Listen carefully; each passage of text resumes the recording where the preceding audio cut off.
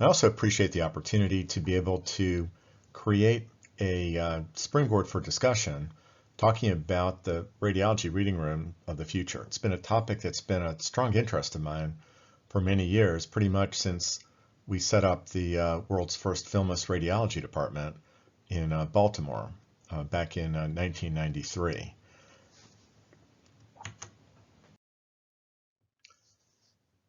I think there's never been a more critical need for an improved radiology reading room than today. The volume and complexities of studies are at an all-time high, especially with the increasing shortage of radiologists. I'm really amazed at how little has been written about strategies to optimize efficiency and productivity while minimizing physical and mental stress. I think a lot of this type of work really is not perceived as advancing science, and really there's relatively limited funding for the type of research into how can radiologists practice in a way that's more efficient and productive and yet maintain safety for the radiologists and the patients. Strategies for this have been a secret sauce for many years for some of the large teleradiology and other large radiology practices, but even there, I think there's tremendous room for improvement.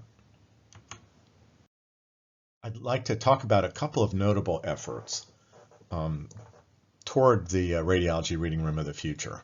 One was organized by the Academy for Radiology and Biomedical Imaging Research, and as they define it, it is an effort to empower precision medicine by bringing together cutting-edge diagnostic technology and advanced AI-based computing to better match patients with best treatments and create the optimal working environment for radiologists and other clinicians. And so, in pursuit of this, the Academy organized a symposium in 2017 and also a NIST workshop in 2018. Another notable effort has been an NIH multidisciplinary think tank that was called Cognition and Medical Image Perception.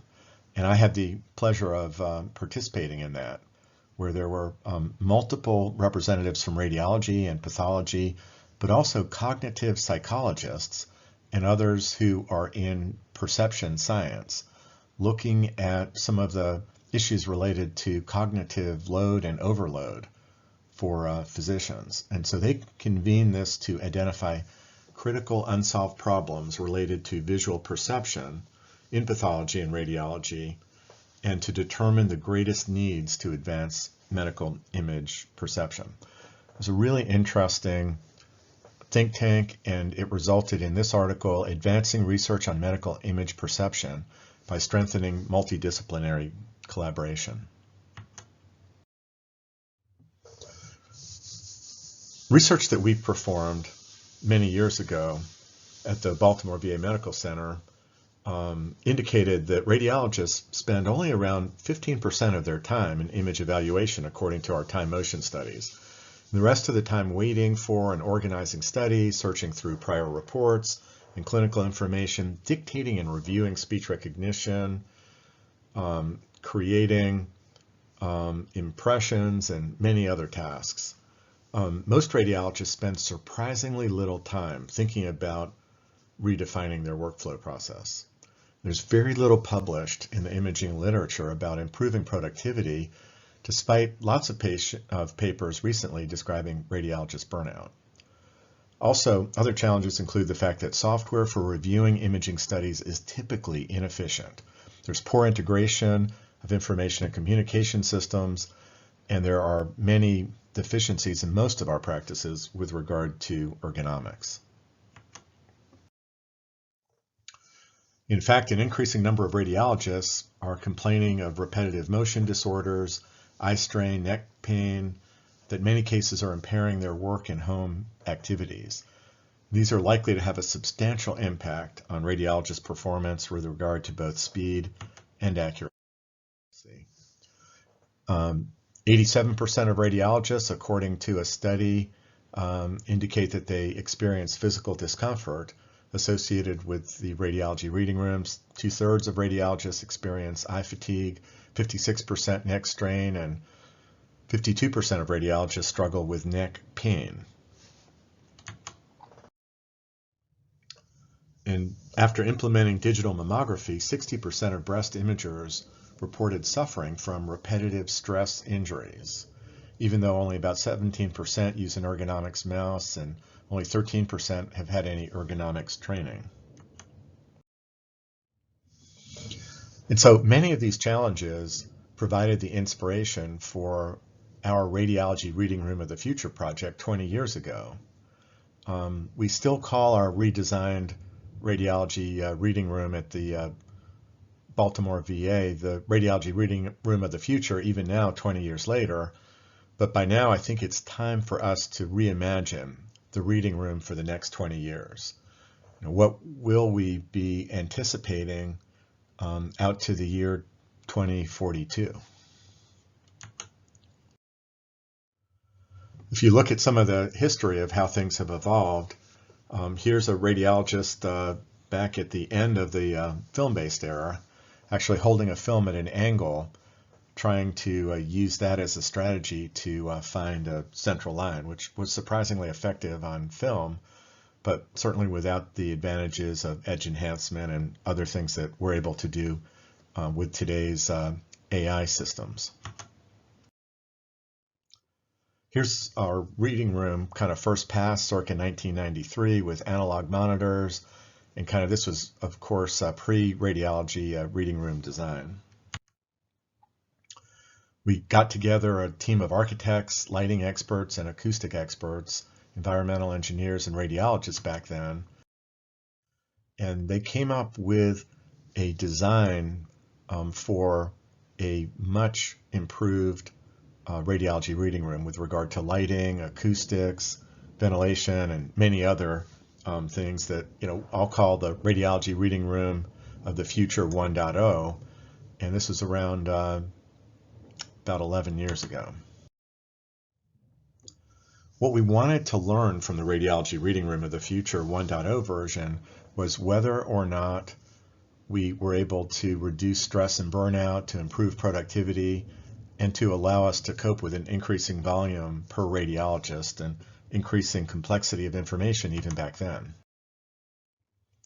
And so as we rethought the Radiology Reading Room of the Future, we looked at ways to maximize visibility and communication and to simplify, you know, the ability to be able to have access between radiologists and those who they were consulting for. Some suggestions that we heard were to look at the ability to relocate some of the reading rooms closer to where our imaging modalities and technologists are, and some suggestions even suggested that we look at moving the reading areas closer to the points of care, such as the emergency department or the intensive care unit. Dr. Allison Tillich studied the impact of proximity on communications and visibility in a breast center where there were radiologists that were embedded in the breast center with musculoskeletal radiologists embedded in orthopedics, and she observed the bidirectional phone and face-to-face communications. And she observed, as one might expect, a statistically significant increase in the number of visits to these embedded radiology groups that were doing reading closer to where the clinical care was being provided. The study shows that proximity clearly increases the frequency of interaction. And this idea of locating radiologists with clinicians was, of course, disrupted with the onset of the pandemic. The pandemic has created, as you all know, a major shift over the past couple of years, resulting in a significant increase in the number of radiologists who were reading at home and had to adapt their home office or other home space environments to become a radiology reading room. One of the things that we learned with regard to room design was, in order to maximize productivity and reduce visual fatigue and increase concentration, We had to look at ambient and task lighting in the reading rooms, floor and ceiling materials such as acoustic absorbing materials, wall and partition coverings, HVAC, and also sound control. With regard to room lighting, we learned a number of different things, including the fact that ambient room brightness should match that of the monitors, which have been getting brighter and brighter recently, both medical grade monitors and commercial off-the-shelf monitors. We learned that LED lighting is best, and most of us have made the transition to LED lighting, particularly because it's dimmable, and we found that relatively quote-unquote warmer temperatures, closer to 3,000 degrees, that gave off sort of a light that was more similar to what we were used to with incandescent bulbs or the light of the sun, natural lighting, was optimal. We've eliminated fluorescent lighting and provided individual task lighting at workstations so that the radiologists could control their light locally. And we also even looked into programmable lighting that might change ambient lighting during the course of the day. We found that dimmable lighting controls are preferred to maximize flexibility for each individual radiologist. We found that blue lighting indirectly had a favorable impact on visual acuity and minimized stress. And so we have blue light source that illuminates the wall behind the radiologist's workstation.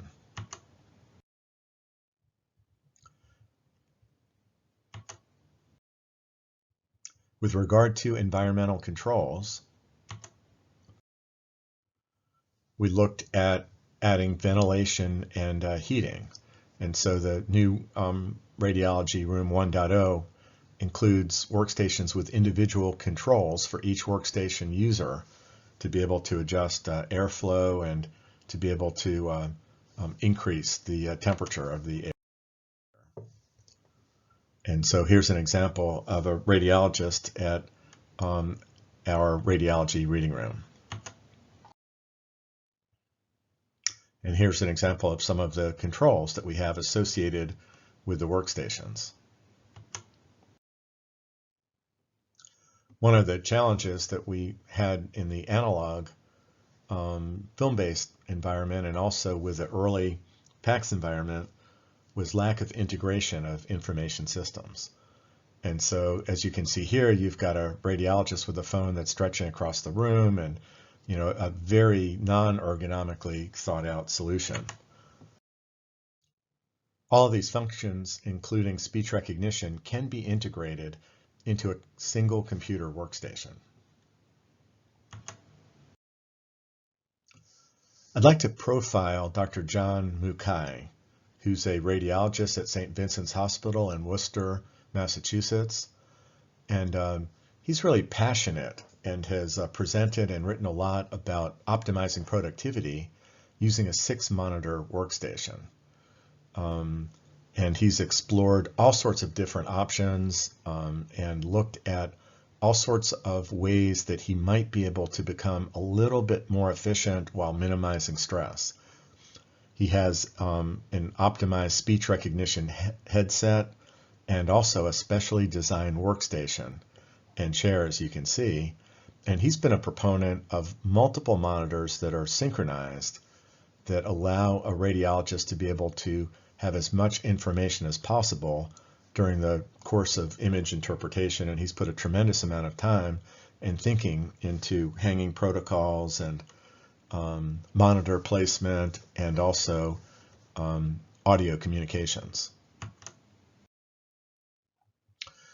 He calls his concept the Rad Flow Space cockpit. And his mantra is 2 seconds are too long and 2 steps are too many. Dr. Mukai works to optimize what he refers to as the auditory space with a headset that offers noise isolation or cancellation and a microphone that's not handheld. He uses voice commands to execute workflow scripts, and he uses the same interface for dictation as the one he uses to make and receive telephone calls. With regard to the visual space, he recommends multiple monitors that are both high resolution and large. For example, 43-inch monitors, which I know is larger than the vast majority of us use, with the ability to display on a single monitor 6 high-resolution windows, with perhaps 3 of these large monitors for a total of 18 synchronized windows for a study that may have multiple prior examinations.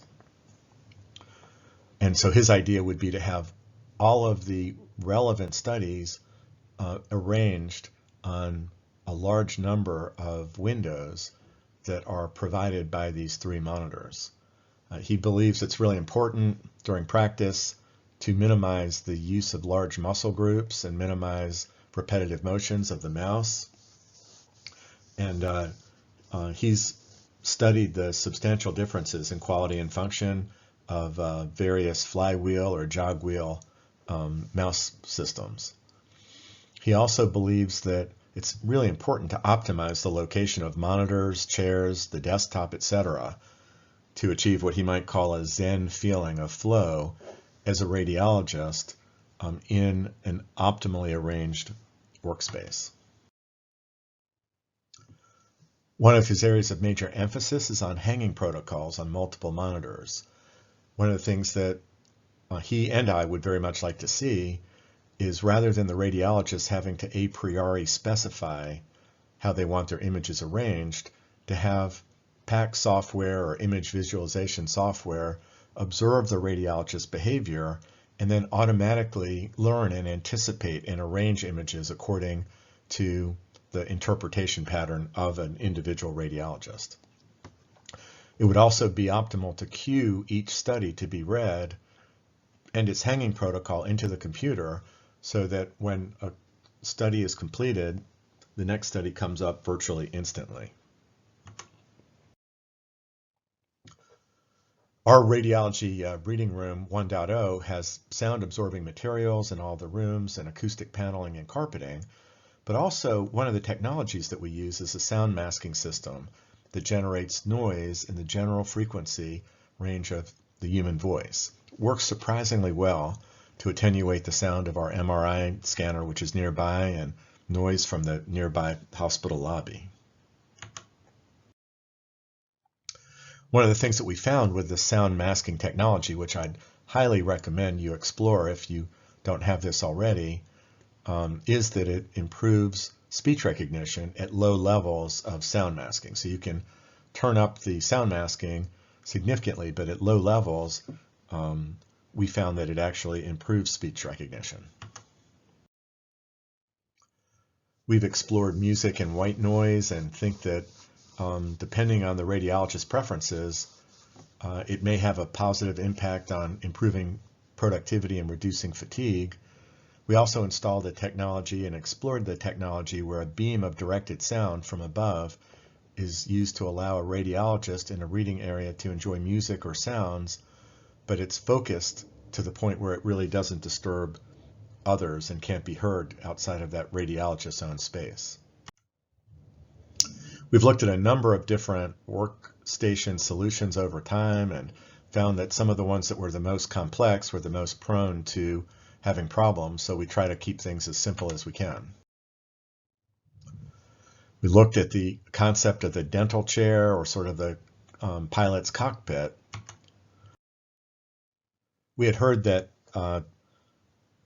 some of the Nighthawk type of teleradiology practices were having significant success with radiologists reading in a reclined position, but in our own hands, we found that after a nice lunch and a warm, relaxing, soundproof environment, that we didn't necessarily always achieve the improvements in productivity that we had hoped for.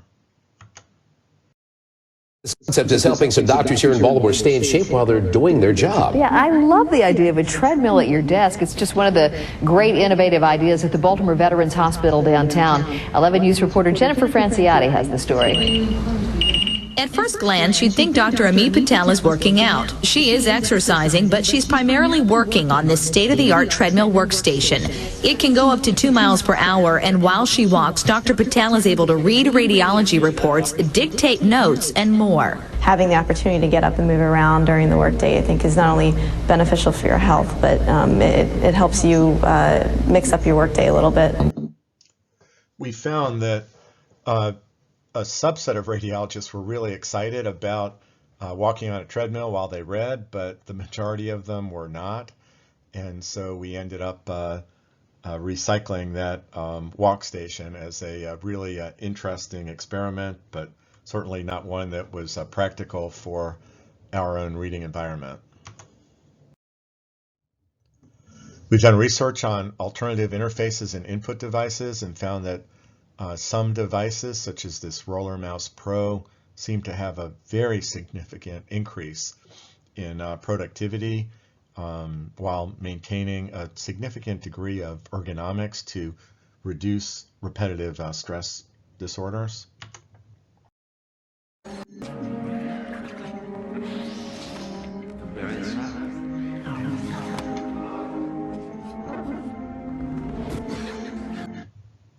Although we found Tom Cruise's performance in Minority Report to be inspiring, we don't believe that the large arm motions would really be suitable for radiologists, as Dr. John Mukai had pointed out as well.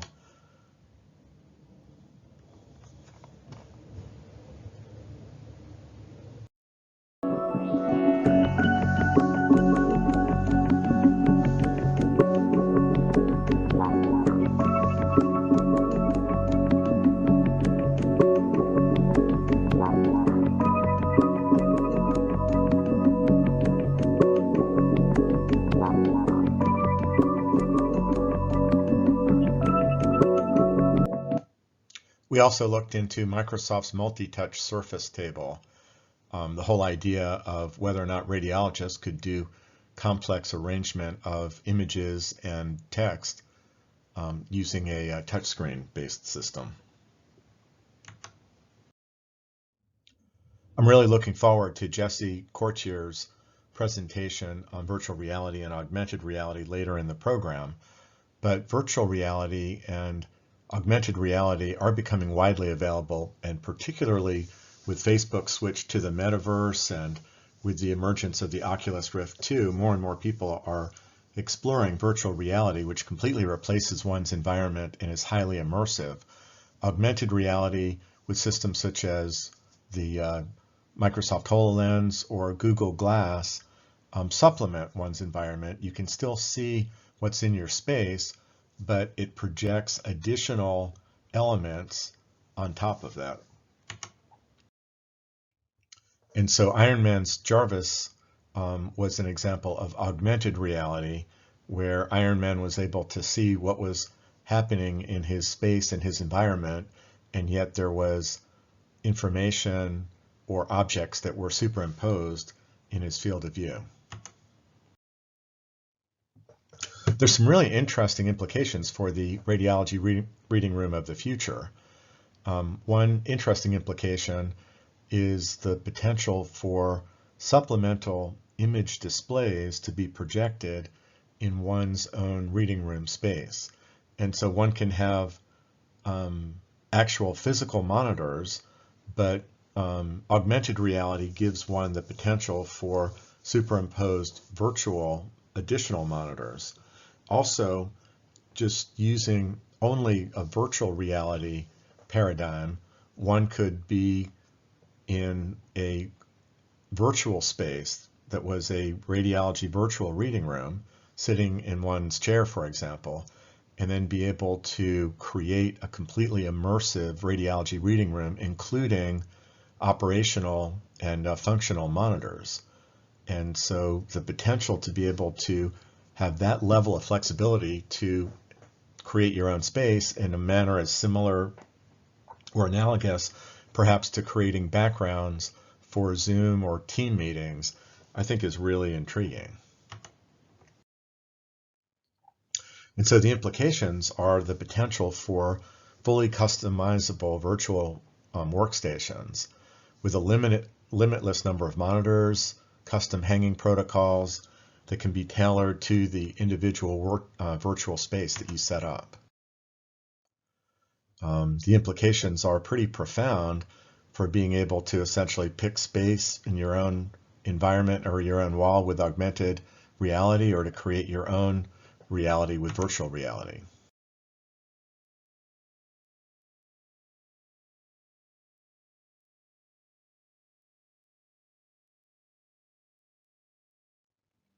And so there are implications for the potential to be able to take an object that one is examining, say a complex set of cardiac anomalies on a complex MR or CT of the heart, and then potentially be able to create a three-dimensional reconstruction that would float in space, or appear to float in space, in a augmented reality real environment or a completely simulated virtual reality environment.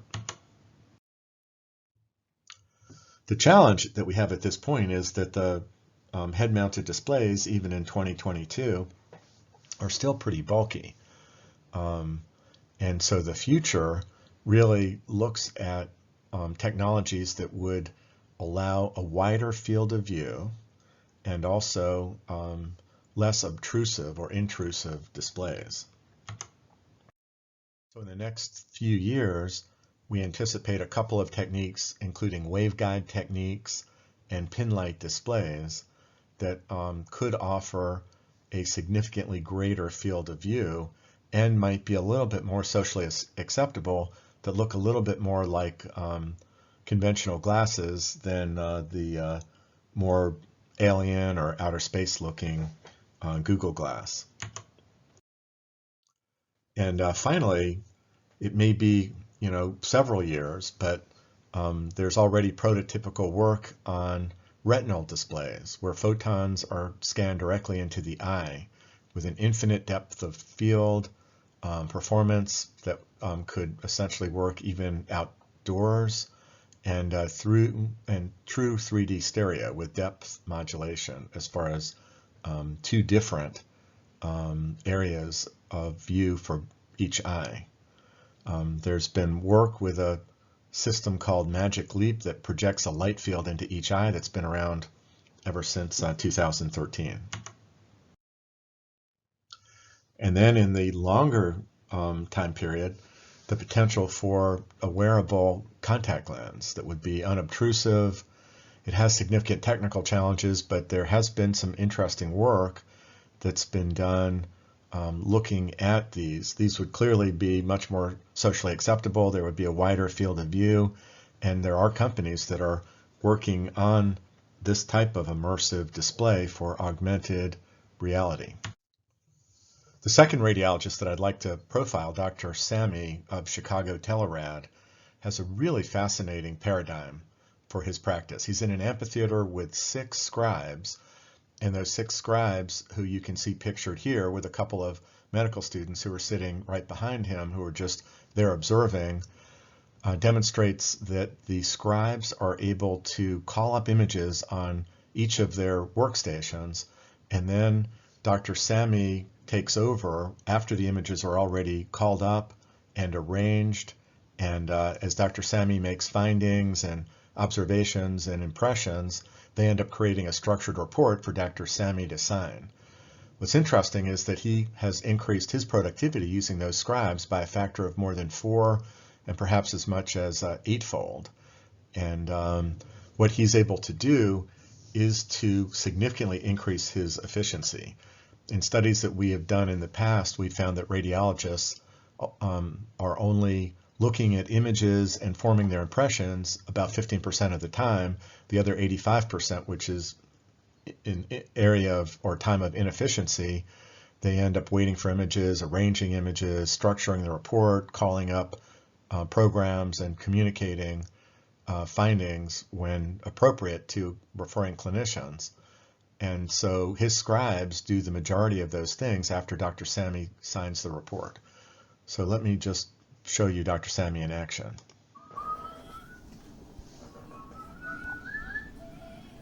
Pretty good, straight and narrow. Negative, right? Okay, very good. What we got there? Okay, so the metallic artifact in this. So this is really an interesting paradigm.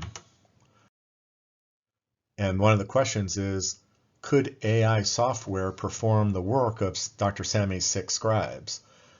Could AI software do smart hanging protocols to rearrange the images optimally and learn as Dr. Sami ends up practicing and looking at more and more studies?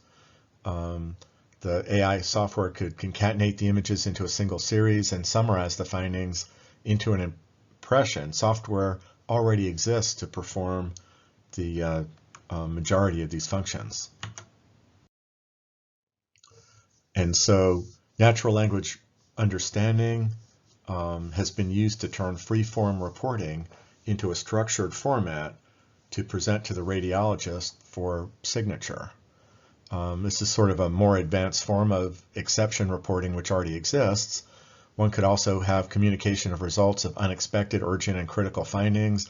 AI software also exists to do this, reading the reports in addition to tracking the findings. And so these functions performed by Dr. Sami's 6 scribes could also be performed with AI software that is already out there in production. And certainly that software will get better with time. The emphasis with AI in imaging currently is in detection of disease, lung nodules, intracranial hemorrhage, pneumothorax, pulmonary embolism. And I think this is going to become ubiquitous in the next 10 years with most practices using some form of AI that's automatically applied to the appropriate studies before image interpretation is made by the radiologist. And I think we're going to be mainly using platforms similar to Apple or Google Play's app stores. Whether or not those platforms are from independent vendors or whether they're from PACS vendors, it'll be interesting to see in the next few years. Another current function of AI for the reading room of the future is to triage cases so that studies, for example, with a high suspicion of intracranial bleed can be brought to the top of a radiologist's work list. Another example is the potential for AI to separate high probability of positive finding studies from normal cases. This has already been explored and written up nicely in an article for mammography, where it was found that the computer algorithm could identify a subset of, say, 90% of cases where it had a very high level of confidence were normal, leaving only 10% for extra radiologist scrutiny, and achieving an accuracy that was as high as the radiologist looking at all of the cases. We talked about radiologists reading more at home during the pandemic, and I think it's possible to actually be more productive at home.